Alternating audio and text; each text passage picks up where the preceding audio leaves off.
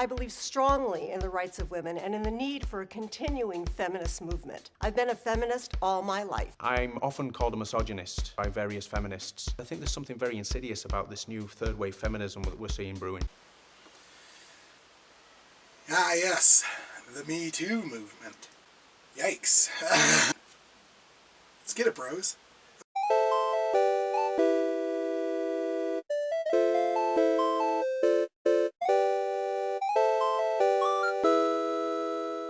The Me Too movement, the one that cancels you for breathing its name wrong, or you're just a big piece of shit. I would like to point out that I supported the Me Too movement in the beginning until it just started getting crazy when everybody decided to start throwing everybody under the bus for not showing up to a date or asking if someone's 18. It was good in the beginning. Now everybody just hates it. I believe the movement was useful at one point. I do believe that the movement has drifted away from what it used to be about. And that was about holding people responsible for being a rapist, an abuser. Now it's more about, who can you get next? It just seems that they make every male out to be just this horrible piece of garbage. I guess I'm a rapist, you're a rapist, all of my friends are rapists. Even my dad, who slept with my mom, to make me, how God intended, rapist. If this movement is as inclusive as they say it to be, then every story should be welcome. But they're not. And that's where I have a problem with the movement. Because, I mean, no man has ever been sexually assaulted.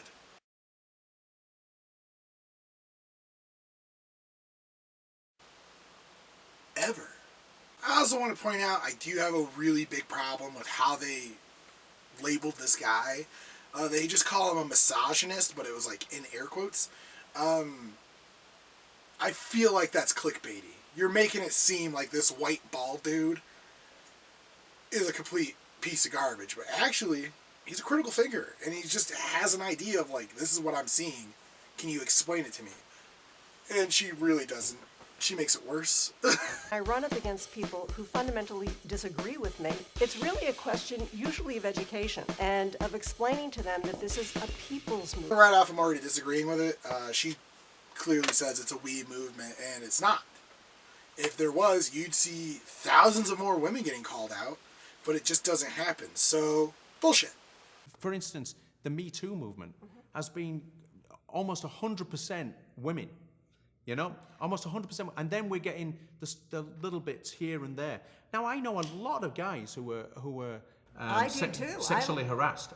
I know. Just like that, he already dismantled her point. You can see her trying to scramble around and then go back to the same talking point. It's stupid. A lot of guys who self-identify as feminists. I think the Me Too movement is a really necessary movement. It's a we too, not just a Me Too, it's a we too. It's men and women banding together to say that harassment is not okay. How did that answer his question? Like, you literally just proved that other point I made. Like, if you specifically know men who have been sexually harassed, why did they become feminists? That doesn't make any fucking sense. So you get sexually harassed and therefore like, oh, I believe in equality now. What? Traditionally, it's been more aimed at women because I don't know about that. There's more sexual harassment of women. I don't know about that either. Really? And I'll tell you why. I think there's a dual standard here. Have you been harassed sexually? I have. I've actually been touched as working in bars. Mm-hmm. I've had my genitals squeezed. Uh-huh. And you know something. In all fairness, how'd you react? In all fairness, I didn't mind it. Mm-hmm. Was it by a man or a woman? It was by. Well, I would have minded it if it was a bloke. Okay. And what if it was a bloke? Okay. I would have been pissed off. Right. And why would you have been pissed off? Because it's a bloke. And why would you have been pissed off? Because you didn't give that person the right to touch you. Exactly. And that's what women are saying. But what I'm saying is this. You don't have the right to touch me unless I tell you you have the right to touch me. I understand 100%. He goes on to explain that he's been sexually assaulted by a woman, and like in his own words, he says that it doesn't bother him. Well, yeah, most dudes don't mind if a chick touches them, but like If it's a male and you're not gay, it's very, very like whoa, what the fuck? Like that's what he's trying to say.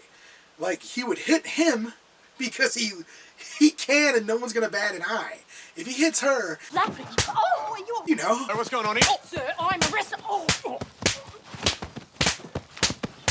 The reason why you don't hear about men coming out is because we handle the situation differently than what women do. And I do believe, however, that she just doesn't get it, and she's very unself-aware. See, as a warrior for equality, you're missing the key ingredient to this. The equality part. But what I'm saying is this. Nobody's accusing people like Leonardo DiCaprio and Brad Pitt of sexual harassment. Why are they accusing Harvey Weinstein? Because he's not very attractive and he's morbidly obese.